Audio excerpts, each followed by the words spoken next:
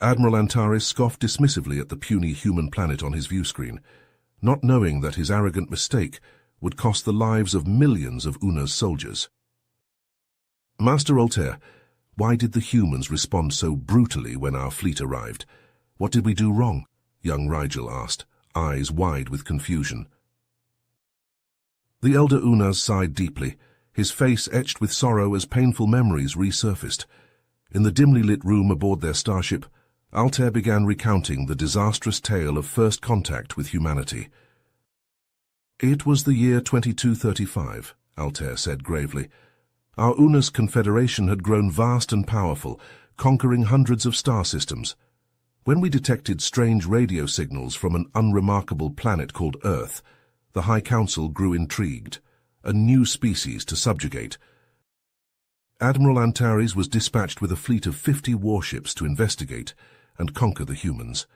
I served as his chief advisor and warned against underestimating them, but my concerns were foolishly dismissed." Altair shook his head ruefully.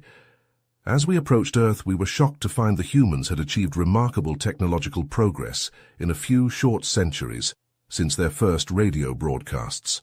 Sprawling cities, global networks, 10 billion citizens. They even had FTL travel, robotics, and advanced energy." But Antares remained arrogantly confident in Una's superiority. He ordered the fleet into invasion positions, not knowing his rash attack would be the greatest mistake in Una's history. Antares doomed us all with his pride and hubris that day. As the imposing Una's fleet assumed formation in the space surrounding Earth, a surprising transmission originating from the planet's surface reached their vessels. The message came from Raymond Morris, a human male serving as the Secretary of Interstellar Affairs for the United Earth Federation. In a bold move, Morris extended an invitation to Admiral Antares and his delegation, proposing a diplomatic summit to be held in the city of Geneva, Switzerland. Altair, intrigued by the humans' audacious approach, advised Antares to accept the invitation. He believed it would provide an opportunity to gather valuable intelligence about their potential adversaries before commencing any aggressive actions. Though reluctant, Antares ultimately agreed to Altair's counsel. A delegation of 5 Unas, with Altair and the Admiral among them, boarded a shuttlecraft and descended to the Earth's surface. Upon their arrival, Secretary Morris and a small contingent of human dignitaries greeted the Unas delegation. The humans escorted their visitors to an opulent conference room that offered a stunning view of Lake Geneva. As the meeting commenced, Altair couldn't help but notice the remarkable composure and calmness displayed by the humans, especially considering the extraordinary circumstances they found themselves in. Secretary Morris, an impressive figure with a tall stature and captivating blue eyes, initiated the discussion by conveying humanity's sincere desire for peaceful coexistence and mutual understanding between their two species. He openly acknowledged the Una's apparent technological superiority, but emphasized that humans were known for their adaptability and quick learning abilities when faced with new challenges.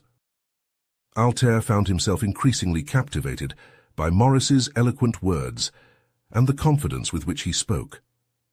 The humans' compelling arguments and diplomatic skill drew Altair into the discussion, engaging him in a way he hadn't anticipated.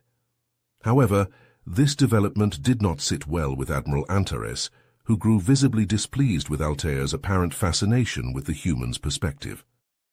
Morris continued to navigate the conversation with finesse, highlighting humanity's rich history of overcoming adversity and their capacity for rapid progress.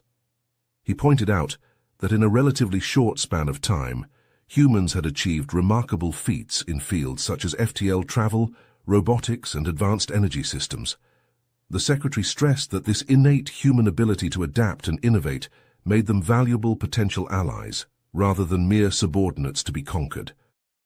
As the discussions proceeded, Altair couldn't shake the growing sense that there was more to these humans than their initial assessment had suggested.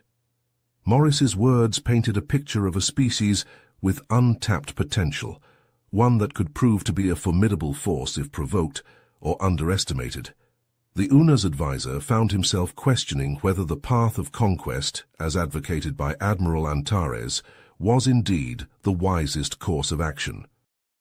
The atmosphere in the conference room grew increasingly tense as Antares' impatience with the diplomatic proceedings became more apparent. The Admiral's body language and curt responses to Morris's overtures signaled his unwavering belief in Una's superiority and his eagerness to assert dominance over the humans. Altair, however, found himself torn between his loyalty to the Unas cause and the nagging doubt that had taken root in his mind. Secretary Morris reached into a briefcase and withdrew a thick dossier, sliding it across the polished conference table to the Unas delegation. Before we continue, I believe it's important for you to understand that we have been preparing for this moment for quite some time. Altair opened the dossier, his eyes widening as he scanned the contents. Detailed Una's historical records, cultural analyses, and technological schematics filled the pages. The information was astoundingly accurate and comprehensive, far beyond what any species had ever compiled on the Unas. How did you obtain all of this? Altair asked, his voice a mixture of awe and apprehension. Morris leaned back in his chair, a slight smile playing on his lips. We have been monitoring your civilization for decades, using advanced stealth probes and long-range sensors. Our technology may not be as overtly impressive as yours, but we have our ways. Admiral Antares slammed his fist on the table, his face contorted with rage. You dare spy on us? This is an act of aggression. Secretary Morris remained unfazed by the outburst. On the contrary, Admiral, we view it as a necessary precaution. You see, we have been aware of your presence in the galaxy for a long time, and we have been preparing for this inevitable first contact. Altair, still reeling from the revelation, found himself intrigued by the human's foresight. What exactly do you mean by preparing? Morris stood and walked to the floor-to-ceiling window overlooking the city. We have not been idle, Master Altair. The United Earth Federation has forged alliances with numerous other spacefaring species, many of whom have had, shall we say, less than positive experiences with the Unas expansionist policies. Altair's mind raced as he processed this information. The humans had not only been monitoring the Unas, but had also been actively building a network of allies. It was a strategic move that demonstrated a keen understanding of galactic politics. Admiral Antares, however, grew more agitated by the second. You think your pitiful alliances can stand against the might of the Unas Confederation? We have conquered hundreds of worlds. Secretary Morris turned to face the Admiral, his blue eyes piercing. And yet here we are having this conversation. Perhaps it's time to consider a different approach. Altair leaned forward, his interest piqued.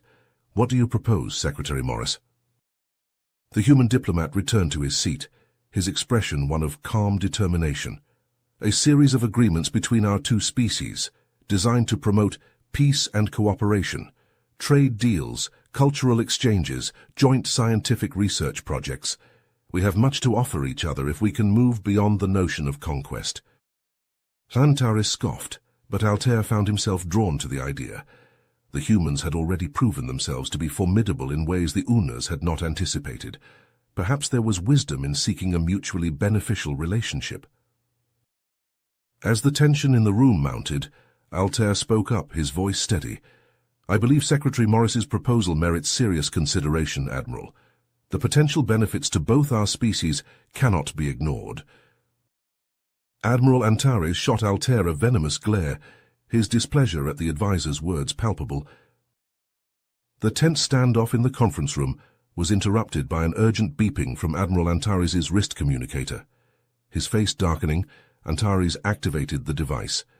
Captain Sirius's holographic visage materialized, panic etched across his features. Admiral, we have an emergency situation, Sirius reported, his voice shaking. A fleet of human warships has surrounded our vessels, using some kind of advanced cloaking technology. They appeared out of nowhere and have locked weapons on us. They're demanding our immediate withdrawal from Earth orbit, sir. Antares shot to his feet, his chair clattering to the floor.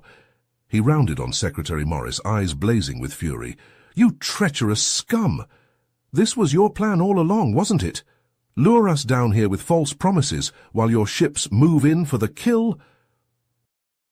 Morris raised his hands in a placating gesture, his expression remaining calm. Admiral, I assure you, this is not an act of aggression.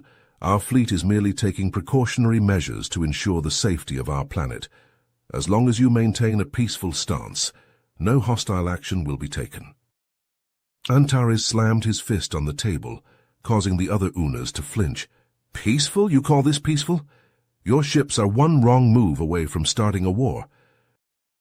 Altair, sensing the situation spiraling out of control, interjected, Admiral, perhaps we should investigate further before jumping to conclusions. I propose a joint inspection of the human fleet to verify their intentions and capabilities. Secretary Morris nodded in agreement. An excellent suggestion, Master Altair. We have nothing to hide. A tour of our flagship, the UEF Prometheus, should help clear up any misunderstandings. Antares glared at Altair, his nostrils flaring but reluctantly acquiesced. The UNAS delegation, accompanied by a group of human diplomats, boarded a sleek shuttlecraft and set course for the Prometheus. As they approached the massive battleship, Altair couldn't help but marvel at its impressive design. Gleaming silver hull plating, powerful thrusters, and an array of formidable weapon systems adorned the vessel. The shuttle docked with a soft thud, and the airlock hissed open. Admiral Elena Ivanova, a striking woman with close-cropped silver hair and piercing green eyes, greeted them in the hangar bay. Welcome aboard the Prometheus, esteemed guests. Please follow me. I have much to show you. Ivanova led the group through the ship's corridors, pointing out various technological marvels. In the engine room, she explained the intricacies of the Prometheus's advanced propulsion system, capable of achieving incredible speeds and maneuverability. As they entered the weapons control center, Altair's eyes widened at the sight of the sophisticated targeting systems and powerful armaments on display. Antimatter torpedoes, phased energy cannons, and a state-of-the-art artificial intelligence that assisted with fire control. The humans' military prowess was far beyond what the Unas had anticipated. Ivanova turned to face the delegation, her gaze locking with Altair's. As you can see, our technology is quite formidable. However, I must stress that our intention is not to engage in hostilities. We simply wish to protect our home and ensure a balanced relationship with your species. Altair nodded slowly, a newfound respect for the humans growing within him. It was becoming increasingly clear that a military confrontation with Earth would be a costly endeavor, one that the Unas may not be prepared for. As the Unas delegation disembarked from the Prometheus, Secretary Morris turned to Admiral Ivanova with a gleam in his eye. Admiral, why don't we show our guests what human forces are truly capable of?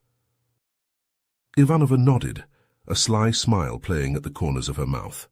An excellent idea, Mr. Secretary. She faced the Unas group. If you'll follow me, we have arranged a demonstration that I believe you'll find quite enlightening. The delegation was ushered into a sleek black transport craft that whisked them away from the Prometheus. As they soared through Earth's atmosphere, Altair watched the planet's surface transform from the vibrant blue of oceans to the mottled browns and greens of land masses. The craft descended towards a vast desert expanse, touching down on a landing pad adjacent to a sprawling military complex. Towering concrete walls and gleaming metal structures stretched out before them, bristling with advanced technology. Secretary Morris led the group into the heart of the facility, where they emerged into a cavernous hangar. The space was abuzz with activity as human soldiers clad in sleek, black armor moved about with purpose. Altair's eyes widened as he took in the sight of the powered exoskeletons that encased the soldiers' bodies, enhancing their strength and speed to superhuman levels. "Welcome to the Nevada Combat Testing Facility," Morris announced, his voice echoing off the hangar's walls. "Here we put our most advanced military technology to the test against simulated alien threats." Admiral Antares scoffed, his brow furrowing. "Simulations? You expect us to be impressed by mere games?" Morris smiled, unfazed by the UNA's leader's dismissive tone. "I assure you, Admiral, these are no mere games. Our simulations are based on extensive intelligence gathered on the UNA's military and other advanced alien civilizations. What you're about to witness is a glimpse into the future of warfare." The group was ushered into an observation deck overlooking a vast arena-like space. Below, a series of simulated battlefields had been constructed, each one replicating a different alien environment. As the first simulation began, Altair watched in rapt attention as a squad of human soldiers engaged a force of UNA's warriors. The humans moved with fluid grace, their exoskeletons allowing them to evade the UNA's plasma bolts with ease. Energy weapons flared in their hands, cutting through the aliens' armor like a hot knife through butter. But it wasn't just the humans' advanced technology that impressed Altair. It was their adaptability, their creativity in the face of a superior foe. The soldiers worked together seamlessly, using the terrain to their advantage and employing unconventional tactics to outmaneuver the UNAs. As the simulation ended with a decisive human victory, Admiral Antares slammed his fist against the observation deck's railing. Impossible! How could mere primitives defeat UNA's warriors so easily? Secretary Morris turned to the Admiral, his expression one of calm assurance. "The answer, Admiral, lies in our history. You see, humanity has been reverse engineering alien technology for decades, ever since the first UNA's scout ship crash-landed on Earth in the late 21st century. Altair's eyes widened in shock. The humans had known about the UNAs for that long, and they had been studying their technology, learning from it, improving upon it. Morris continued, "The recovered technology, combined with our own scientific advancements, has allowed us to develop a formidable military force capable of defending against even the most advanced alien threats.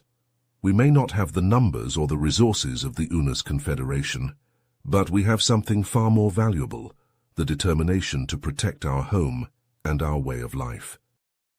As the simulations continued, each one showcasing the humans' remarkable capabilities, Altair found himself re-evaluating everything he had assumed about this seemingly primitive species. The humans were resourceful, tenacious, and far more advanced than the UNAs had ever given them credit for. Perhaps, Altair mused, the humans were not a species to be conquered, but rather one to be respected, even feared. And as he watched the human soldiers triumph again and again against the simulated UNA's forces, a new thought began to take root in his mind. Maybe, just maybe, the humans could be more than just a threat to the UNAs. Maybe they could be allies. The demonstration ended, and Secretary Morris turned to the UNA's delegation, his blue eyes glinting with a mixture of pride and determination. "So, Admiral Antares, what do you think of human combat capabilities now?" Admiral Antares scowled, his eyes narrowing as he considered Morris's proposal. After a tense moment, he growled, "Very well, we will attend this cultural exchange, but mark my words, human, if this is another trick." Secretary Morris raised his hands in a placating gesture. "I assure you, Admiral, our invitation is sincere. We simply wish to share the best of our civilization with you, just as we hope to learn from yours." Hours later, the UNA's delegation found themselves on a sleek, high-speed train, hurtling towards New York City. As the urban landscape blurred past the windows, Altair marveled at the ingenuity of human transportation. The train smoothly decelerated, gliding into a cavernous station in the heart of Manhattan. Stepping onto the bustling platform, the UNAs were greeted by a sea of human faces, their expressions ranging from curiosity to awe. Secretary Morris, flanked by a team of security personnel, led the delegation out of the station and onto the streets of New York. Altair's eyes widened as he took in the towering skyscrapers that seemed to scrape the very sky. The city thrummed with energy, its sidewalks packed with people of every conceivable background. Antares, despite his reservations, couldn't help but be impressed by the sheer scale and diversity of the human metropolis. Their tour began in earnest, with Morris guiding them through the city's iconic landmarks. In Times Square, the UNAs stood transfixed by the dazzling array of digital billboards, each one showcasing the vibrancy of human culture. At Central Park, they marveled at the lush greenery and tranquil lakes, a serene oasis amidst the urban jungle. As evening fell, the delegation arrived at the Metropolitan Opera House, where they were ushered into a private box overlooking the stage. The curtain rose, revealing a hauntingly beautiful set that transported them to the castle of Elsinore. Altair leaned forward in his seat, captivated by the unfolding drama of Shakespeare's Hamlet.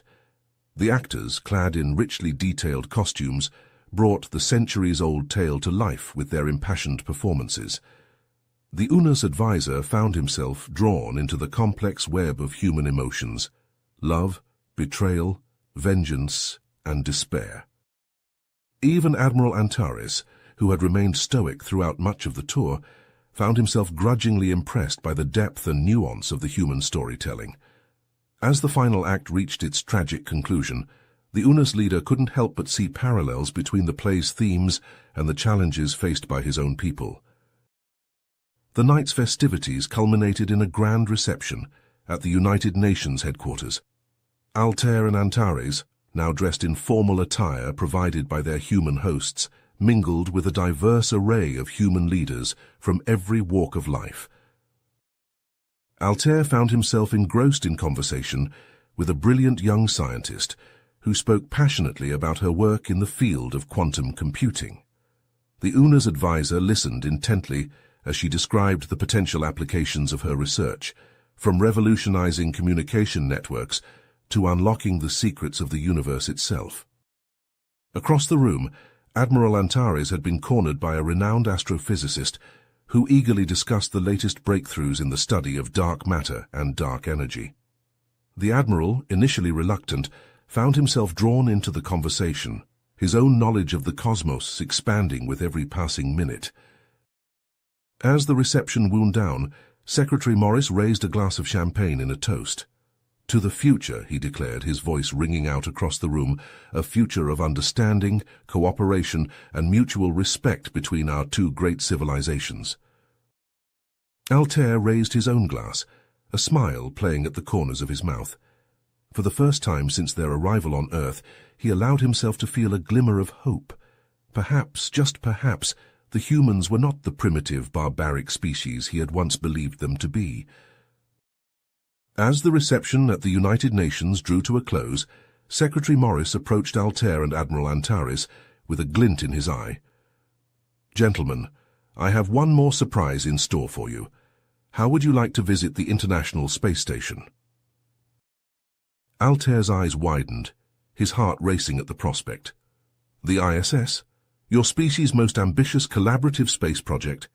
It would be an honor, Secretary Morris." Admiral Antares, his curiosity piqued by the human's technological prowess, nodded his assent. "Very well, human. Lead the way." A sleek silver spacecraft awaited them at the John F. Kennedy International Airport, its streamlined design a testament to human ingenuity.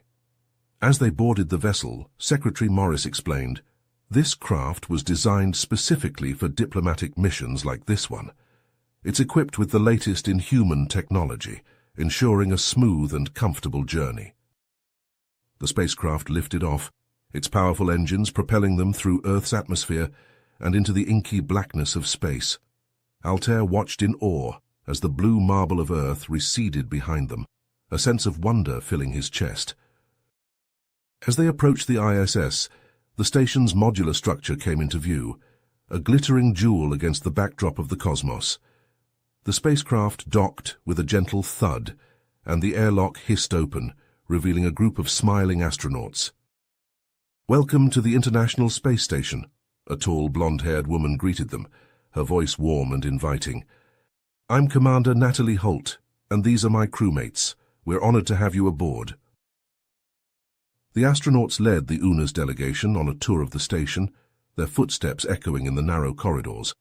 In the lab module, they showcased an array of advanced scientific experiments, from biomedical research to materials science. Altair marveled at the ingenuity on display, the way the humans had adapted to the challenges of living and working in space. He engaged Commander Holt in a lengthy discussion about the station's water recycling system, fascinated by the closed-loop design that allowed for near-total self-sufficiency. As they made their way to the observation module, Admiral Antares' attention was drawn to the station's navigation and propulsion systems. He studied the displays intently, his mind whirring with the possibilities of adapting human technology for Una's spacecraft. But it was the view from the observation module that truly took Altair's breath away. Earth hung below them, a shimmering blue and green orb against the starry backdrop of the universe. He pressed his hands against the reinforced glass, overcome with emotion, at the sheer beauty and fragility of the human homeworld. As the visit drew to a close, Commander Holt and her crew had one final surprise in store. They presented Altair and Admiral Antares with a pair of custom-designed spacesuits, the emblems of the United Earth Federation and the Unas Confederation emblazoned side by side on the chest plates. These suits represent the beginning of a new era of cooperation and understanding between our species, Commander Holt said, her eyes shining with hope. May they serve as a reminder of the bonds we have forged here today. Altair, deeply moved by the gesture, clasped the commander's hand in his own. Thank you, Commander Holt. I will cherish this gift and the memories of our time here for the rest of my days. I look forward to a future of collaboration and friendship between our peoples. As the Unas delegation returned from their awe-inspiring visit to the International Space Station, Secretary Morris had one more ace up his sleeve. He arranged for Altair, Antares, and their entourage to journey deep into the heart of the Amazon rainforest, where a top-secret human research facility was nestled among the dense foliage. The sleek silver transport craft descended through the misty canopy, touching down on a hidden landing pad. Dr. Marcus Nakamura, a lean, bespectacled man with an air of quiet intensity, greeted them as they disembarked. "Welcome to Project Genesis," he said, his voice filled with pride.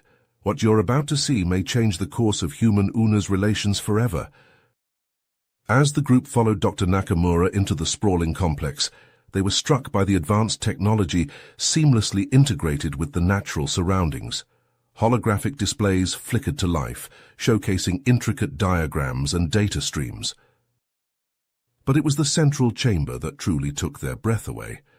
Altair and Antares stepped into a vast, climate-controlled dome, their eyes widening in disbelief.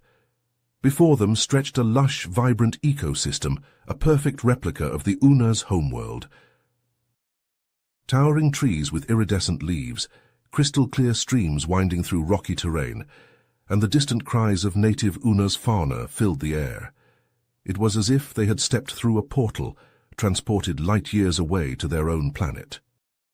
How is this possible?" Altair whispered, reaching out to touch the trunk of a familiar tree, its bark rough beneath his fingertips. Dr. Nakamura smiled, his eyes sparkling with excitement. Project Genesis is humanity's first successful attempt at terraforming on a small scale.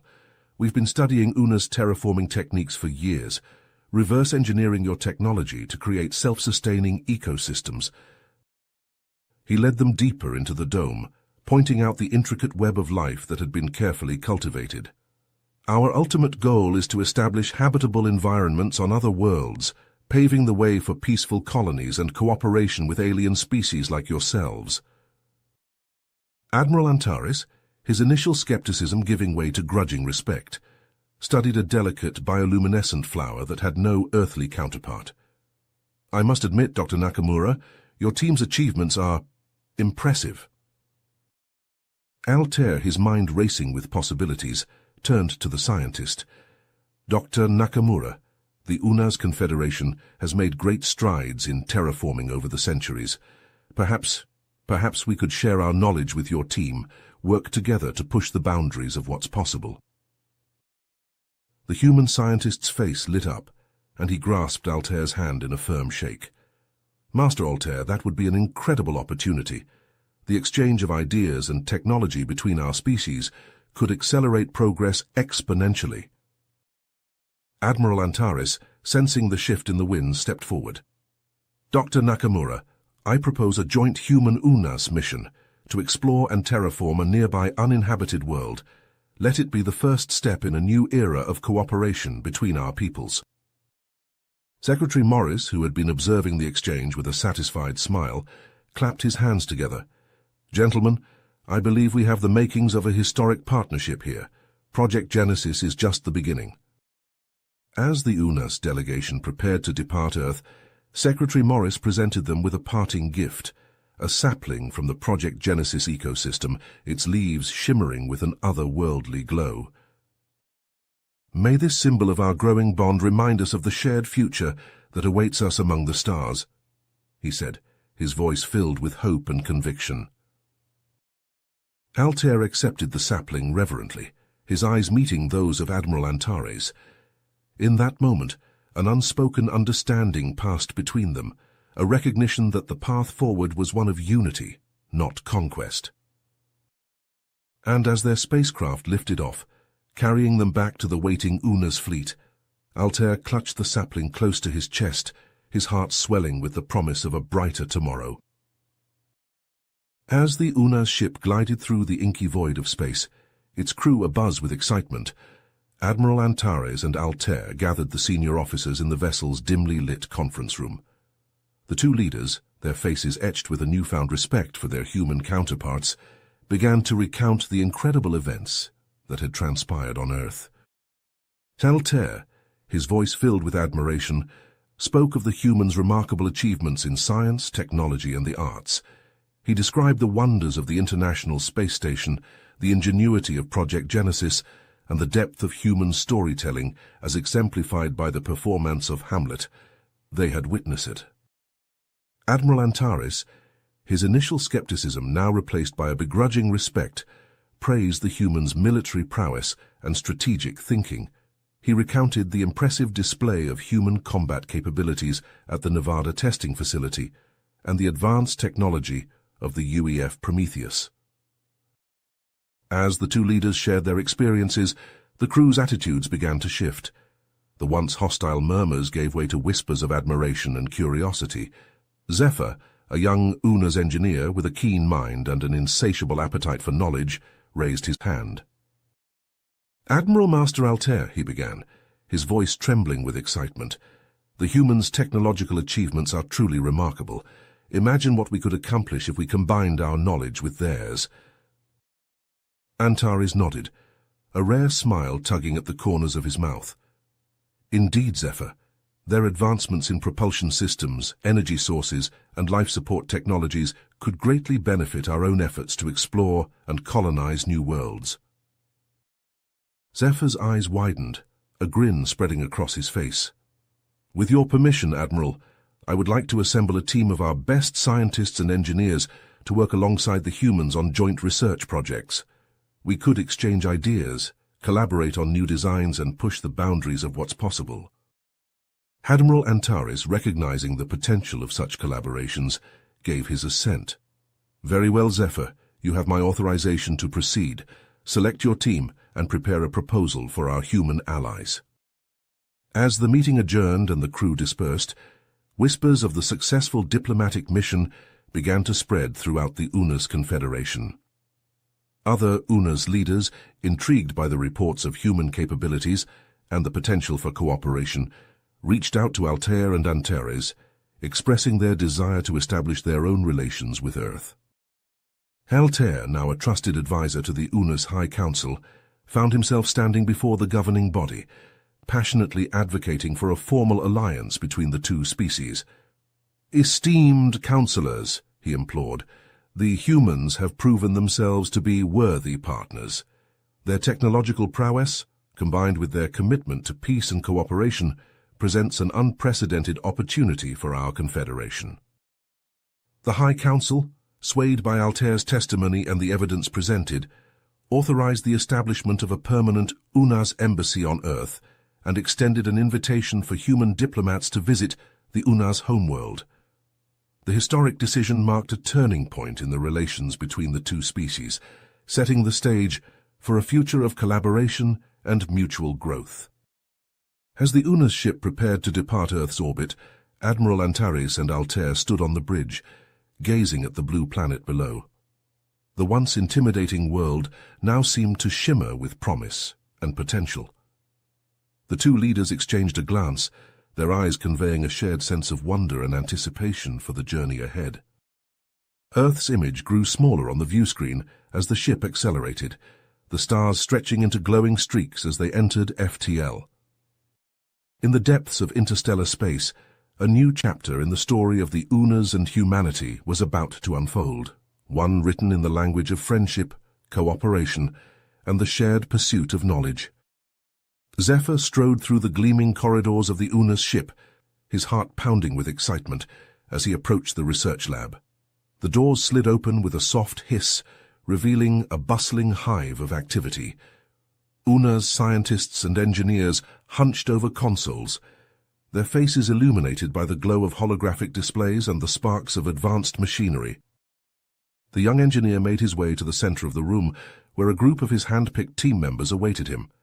"My friends," he began, his voice brimming with enthusiasm, "we stand on the precipice of a new era.